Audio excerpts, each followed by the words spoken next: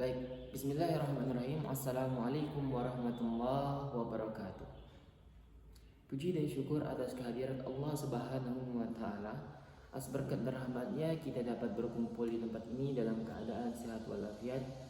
Selawat bertakaikan salam berbuahkan sebuah kebaikan tak lupa kita hadiahkan kepada Nabi besar Muhammad SAW. Atas berkat dan rahmatnya kita dapat berkumpul di tempat ini dalam keadaan sehat walafiat. Baik, hari ini teman-teman semua, senang rasanya kita bisa berkumpul kembali, bertemu kembali, bertatap muka via video. Kita hari ini akan membahas tentang konsep belajar menurut Al-Zarnuji dan Ibnu Taimiyah. Konsep belajar menurut Al-Zarnuji sendiri itu dalam pengembangan ilmu pendidikan agama Islam sangat bervariasi. Akan tetapi, untuk memahami hal itu, kita harus tahu dulu siapa sih Al-Zarnuji ini, atau kita sering sebut sebagai Imam Al-Zarnuji. Al-Zarnuji merupakan seorang ulama besar yang memiliki nama asli Syekh Tajuddin Nu'man bin Ibrahim bin Khalil Zarnuji. Tempat dan tanggal lahir yang pastinya itu masih ada perdebatan antara para ulama. Jadi kita tidak bisa menyebutkannya secara pasti. Akan tetapi beliau itu wafat pada tahun 640 Hijriah. Al-Zarnuji sendiri merupakan seorang sastrawan ulama yang berasal dari Uzbekistan Tengah yang bertepatan di kota Bukhara. Beliau termasuk ulama yang hidup di abad pertengahan, teman-teman. Jadi beliau itu hidup diperkirakan pada abad ke-13 sampai 14 Masehi. Al-Zarnuji sangat terkenal pada tahun 593 Hijriah. Beliau terkenal akibat karya-karya yang beliau tulis yang dibukukan oleh Alama bin Jalil atau Alama Al-Jalil Al-Syekh Ibrahim bin Ismail dengan judul Ta'lim Al-Muta'allim Thariqa Al-Ta'alum. Buku ini sangat terkenal terutama di pendidikan instansi di Indonesia. Lebih tepatnya pada pendidikan instansi di pondok pesantren.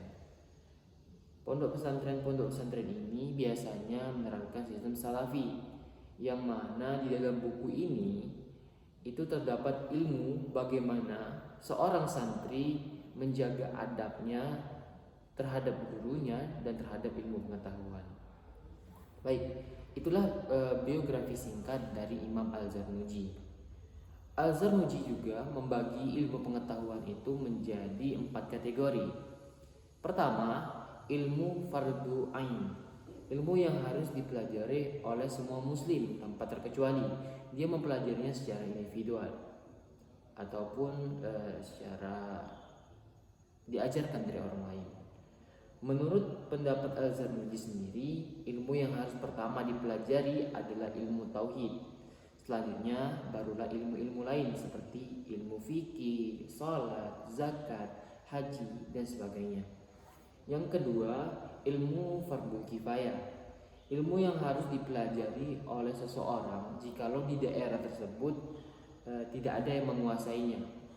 Dalam ilmu ini dibutuhkan keadaan tertentu, misal ilmu kedokteran atau sebagainya, ataupun dalam prakteknya itu seperti menyolati jenazah. Mungkin di antara daerah-daerah tertentu sebagian kecil yang orang-orang yang bisa menyolati jenazah, maka ilmu itu menjadi ilmu yang wajib bagi seseorang, tapi itu hanya untuk seseorang itu saja. Tapi yang di kawasan ketika seseorang itu telah ada yang menguasainya, maka gugurlah kewajiban bagi banyak orang. Itu ilmu fardhu kifayah. Mungkin teman-teman juga udah mengerti tentang hal itu. Yang ketiga, ilmu haram. Ilmu haram atau disebut juga ilmu yang dipelajari itu secara dilarang atau dilarang dalam Islam. Seperti ilmu apa itu? Ilmu najum, ilmu perbintangan. Nah, itu haram kalau dalam Islam. Yang keempat adalah ilmu jawaz. Ilmu yang hukumnya boleh dipelajari karena bermanfaat bagi manusia. Ilmu kesehatan yang seperti saya sebutkan tadi dan sebagainya. Itu termasuk ilmu jawam juga, termasuk ilmu yang fardhu kifayah juga. Oke, menurut Al-Zarnuji sendiri, tujuan pendidikan dikategorikan menjadi dua bagian. Pertama itu tujuan akhirat. Seseorang yang sedang mencari ilmu harus bertujuan mendapat ridhonya Allah Subhanahu wa taala, mencari kebahagiaan, kesuksesan tidak hanya di dunia melainkan juga di akhirat.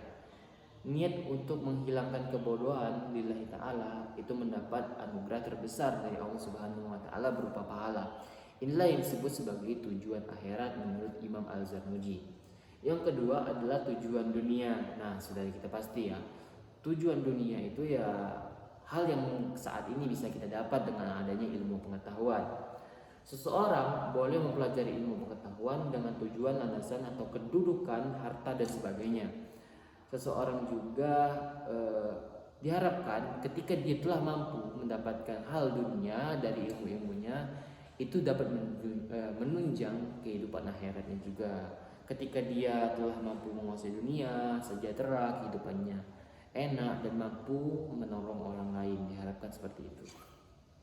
Oke. Metode pendidikan menurut kitab Ta'lim al-Muta'allim karangan Imam Al-Zarnuji dibagi menjadi dua bagian. Yang pertama adalah metode yang bersifat etik seperti niat, belajar dan sebagainya.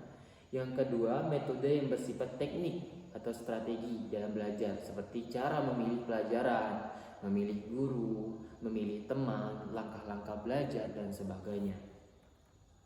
Pertama, cara memilih pelajaran. Bagi santri atau pelajar yang sedang mencari ilmu pengetahuan, sebaiknya untuk mendahulukan pelajaran ilmu yang dibutuhkan untuk keberlangsungan umat beragama tentunya, seperti ilmu tauhid tadi yang saya sebutkan sebagai ilmu utama yang harus dimiliki oleh seorang, apalagi seorang muslim tentunya. Cara memilih guru yang kedua. Bagi santri atau pelajar dalam memilih guru atau orang yang mengajari dirinya, sebaiknya lebih mencari guru yang alim dan umurnya lebih tua daripada muridnya. Tujuannya apa? Alim tentu untuk menambah ilmu pengetahuannya. Lebih tua itu agar kita bisa menghormatinya lebih dari orang-orang yang mungkin sepantaran dari kita. Yang ketiga, cara memilih teman. Bagi seorang pelajar atau santri, cara memilih teman ini sangat bervariasi, tentunya tergantung orang itu sendiri. Tapi dianjurkan dalam kitab Ta'lim al-Muta'allim yaitu memilih teman yang rajin, berperilaku baik, mudah memahami pelajaran, tidak malas dan tidak banyak berbicara. Maksudnya tidak banyak berbicara apa? Maksudnya tidak banyak berbicara hal-hal yang tidak bermanfaat tentunya.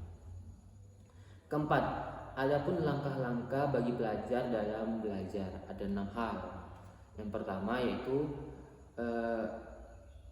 kurikulum dan materi pelajaran. Hal itu harus diperhatikan oleh seorang pelajar.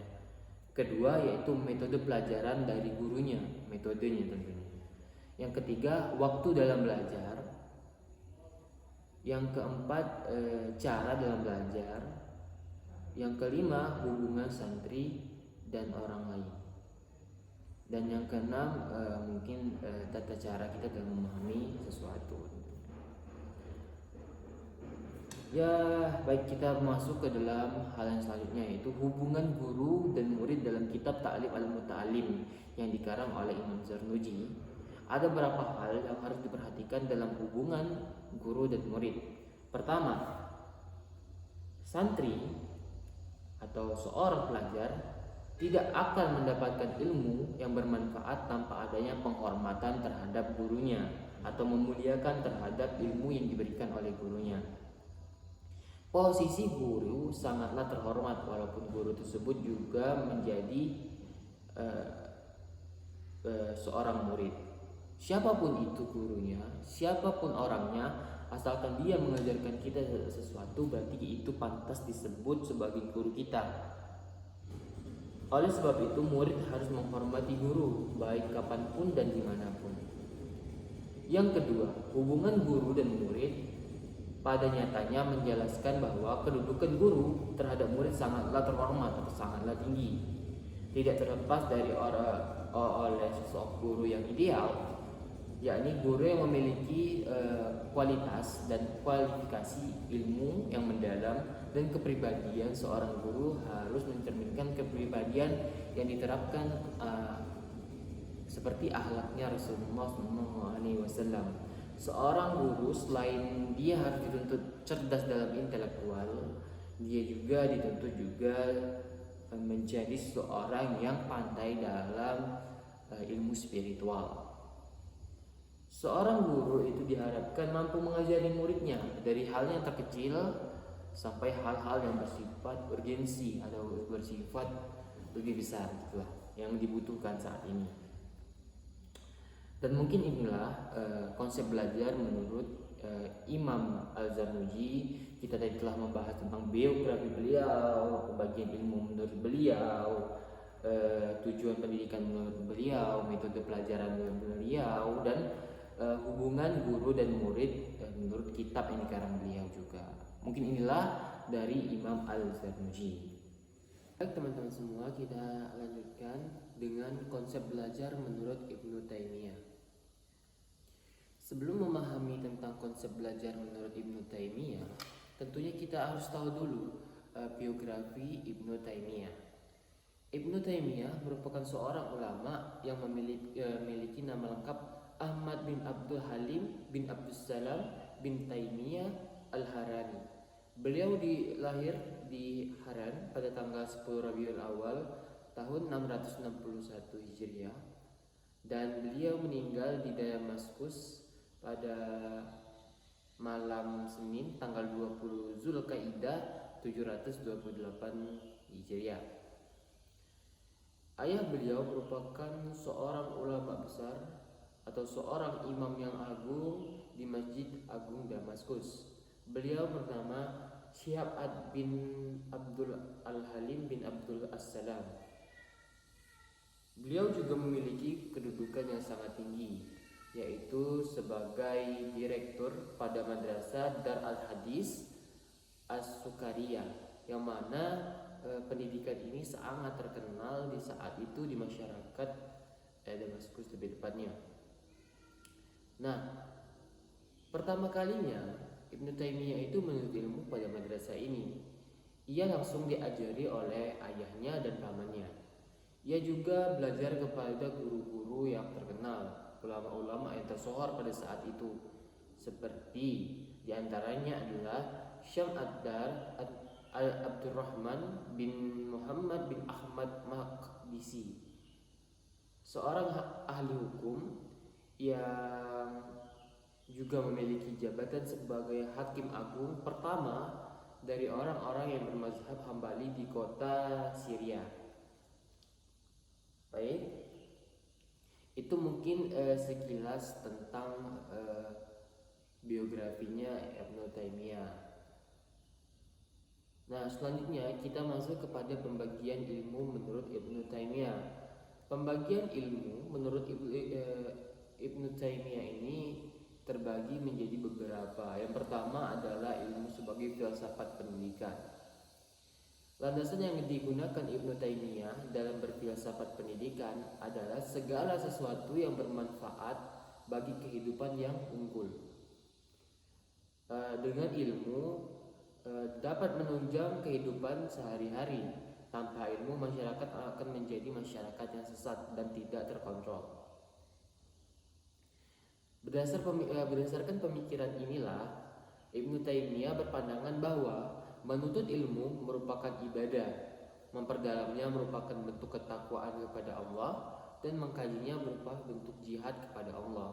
Mengajarkannya merupakan bentuk sedekah, dan mendiskusikannya merupakan bentuk tasbih kepada Allah. Oke. Selanjutnya adalah yang kedua, pembagian ilmu dikategorikan sebagai tauhid, keesaan kepada Allah. Ibnu Taimiyah berpendapat bahwa hal yang paling penting yang menjadi landasan dalam berfilsafat pendidikan adalah tauhid atau keesaan kepada Allah. yaitu mengucapkan 2 kalimat syahadat, menjalankan apa yang diperintahkan oleh Allah Subhanahu wa taala dan meninggalkan segala apa yang dilarang oleh Allah Subhanahu wa taala. Mengucapkan kalimat asyhadu an la ilaha illallah wa asyhadu anna muhammadar rasulullah. Tiada Tuhan selain Allah dan tiada nabi yang diutus Allah selain Nabi Muhammad SAW sebagai rasulnya hingga akhir zaman. Tauhid sendiri dibagi menjadi beberapa kategori. Kategori pertama adalah tauhid rububiyah.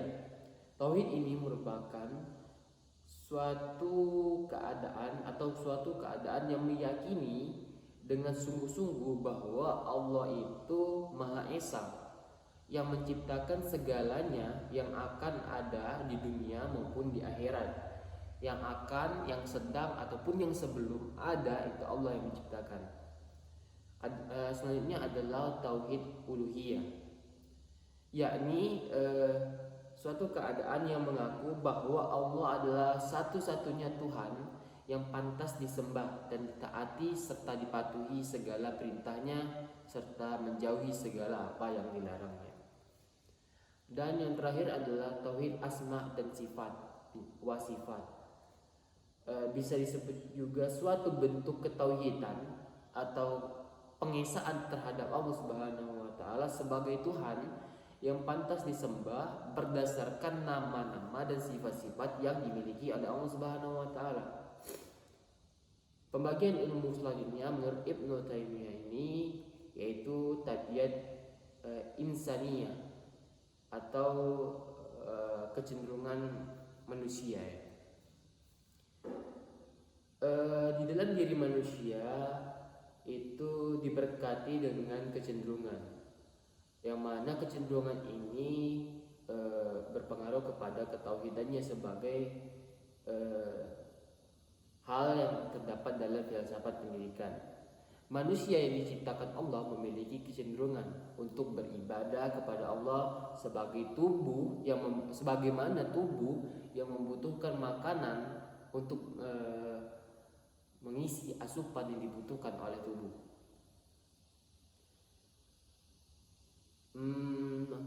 Baik, yang selanjutnya adalah tujuan pendidikan menurut Ibnu Taimiyah. Menurut Ibnu Taimiyah, ilmu yang bermanfaat didasarkan atas makna kehidupan yang benar dan utama, yakni ilmu yang mengajarkan makna kehidupan yang baik yang diarahkan untuk hubungan manusia dengan manusia dan hubungan manusia dengan penciptanya atau Rabbnya, yaitu Allah.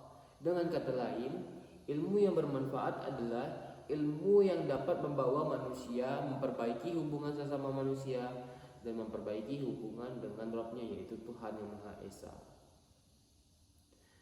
Dalam hal ini dapat dibangun dengan mendasarkan ilmu pada landasan yang kokoh, yaitu tauhid dan tabiat al-insaniyah. Tujuan pendidikan sendiri, Ibnu Taimiyah membaginya menjadi beberapa kategori. Yang pertama, tujuan individu, yaitu mengarahkan terbentuknya muslim atau manusia yang baik, yang mampu berpikir, bekerja, merasakan apapun yang ada di sekitarnya berdasarkan perintah dan apa yang ditunjukkan oleh Allah Subhanahu wa taala. Selanjutnya adalah tujuan sosial, yaitu mengarahkan kepada terbentuknya manusia yang baik atau masyarakat yang baik yang menjadikan Al-Qur'an sebagai landasan atau pedoman dalam bermasyarakat. Dan yang terakhir adalah tujuan dakwah Islamiyah, yaitu mengarahkan manusia agar Islam mampu memegang misi dakwah Islamiyah di mana dan kapanpun dia berada. Baik, selanjutnya adalah metode pendidikan menurut Ibnu Taimiyah. Metode ini dibagi menjadi 2 kategori. Pertama, at-tariqah al-ilmiyah. Di dalam metode ini akan mengandung pemikiran yang luas terhadap suatu dalil ataupun argumen dan sebab mengapa ilmu itu harus didapatkan ataupun cara untuk mendapatkan ilmu pengetahuan. Dalam hal ini, orang yang menggunakan metode at-tabiat, penuntut ilmu, maksudnya orang yang menggunakan metode ini merupakan at-talib, atau bisa disebut juga sebagai penuntut ilmu. Metode ilmiah didasarkan kepada 3 kategori dasar, yaitu benarnya alat sebagai penuntut ilmu, penguasaan terhadap proses dalam belajar, dan ketiga adalah mensejajarkan antara ilmu dan amal. Ini adalah tiga macam hal yang menjadi dasar metode ilmiah ini. Selanjutnya adalah at-tariqah al-iradah, merupakan bentuk metode yang mengantarkan seseorang dalam menuntut pengalaman dalam menuntut ilmu. Suatu metode yang menunjang seorang dalam berpengalaman untuk menuntut ilmu, gitulah. Seorang pelajar yang menggunakan ilmu ini disebut sebagai murid. Adapun tujuan dari terciptanya metode ini ialah mendidik seorang pelajar hingga hatinya dari peserta didik itu tidak bergerak melakukan sesuatu kecuali menjalankan segala apa yang diperintahkan oleh Allah Subhanahu wa taala dan meninggalkan segala apa yang dilarang oleh Allah Subhanahu wa taala, hingga sampai ke titik hanya manusia ini menginginkan cinta terhadap Allah Subhanahu wa taala. Baik, mungkin itulah metode pendidikan menurut Ibnu Taimiyah. Selanjutnya kita akan melanjutkan, yaitu hubungan guru dan murid menurut Ibnu Taimiyah tadi. Pertama, hubungan guru terhadap murid. Seorang guru harus mampu menjadi orang yang menggantikan perjuangan Nabi Muhammad SAW dalam membimbing pelajarannya masyarakat atau siswa-siswinya ataupun pelajar. Seorang guru harus memegang teguh akhlakul karimah, akhlak yang baik, yang mampu menjadi contoh bagi siswa-siswinya dalam bertindak atau berperilaku. Ketiga, seorang guru harus menyebarkan ilmu yang bermanfaat dan benar, yang mana ilmu ini dapat bermanfaat bagi dirinya maupun guru ini sendiri. Nah, bagi seorang guru yang mengajarkan ilmu-ilmu yang salah atau tidak benar atau buruk, itu semua akan menjadi cikal bakal dosa bagi diri guru itu sendiri yang mengajarkan apa yang tidak baik kepada muridnya. Seorang guru juga harus terus menghafal dan mengingat setiap ilmu yang telah ia ajarkan, sehingga ilmu ini dapat menjadi ilmu yang barokah tentunya. Baik, mungkin itulah guru terhadap murid, hubungan guru terhadap murid. Sekarang hubungan murid terhadap guru. Menurut Ibnu Taimiyah, hubungan murid terhadap guru ini ada beberapa kategori. Yang pertama, seorang murid harus berniat baik dan mengharapkan ridho dari Allah Subhanahu wa taala dalam menuntut ilmu pengetahuan. Kedua, seorang murid harus belajar dalam cara memuliakan seorang guru sebagai bentuk terima kasih atas apa yang telah guru ajarkan kepada murid ini.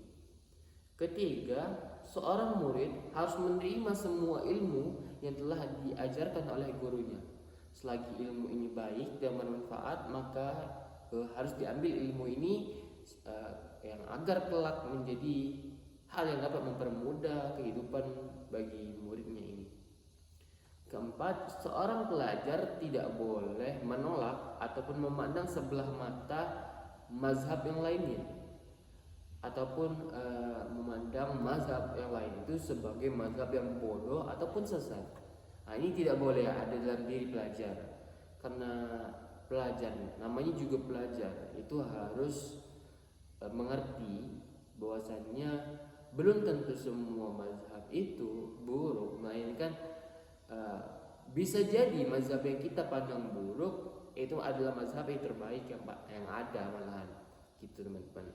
Dan mungkin inilah hubungan guru dan murid menurut pendapat Ibnu Taimiyah. Kita telah memaparkan tentang konsep belajar menurut Al-Zanuji. Kita juga telah memaparkan konsep belajar menurut Ibnu Taimiyah. Semoga ini dapat diserap dan bermanfaat bagi diri saya sendiri terutama, dan bagi pendengar. Dan kepada Allah jika salah kata yang saya ucapkan mohon maaf, kepada Allah juga kami mohon ampun, kepada teman-teman kami mohon maaf. Unzur maqala wala tanzur man qala. Lihatlah apa yang disampaikan, jangan lihat siapa yang menyampaikan, karena yang menyampaikan juga masih banyak kekurangan dalam ilmu pengetahuan. Itu saja. Wassalamualaikum warahmatullahi wabarakatuh.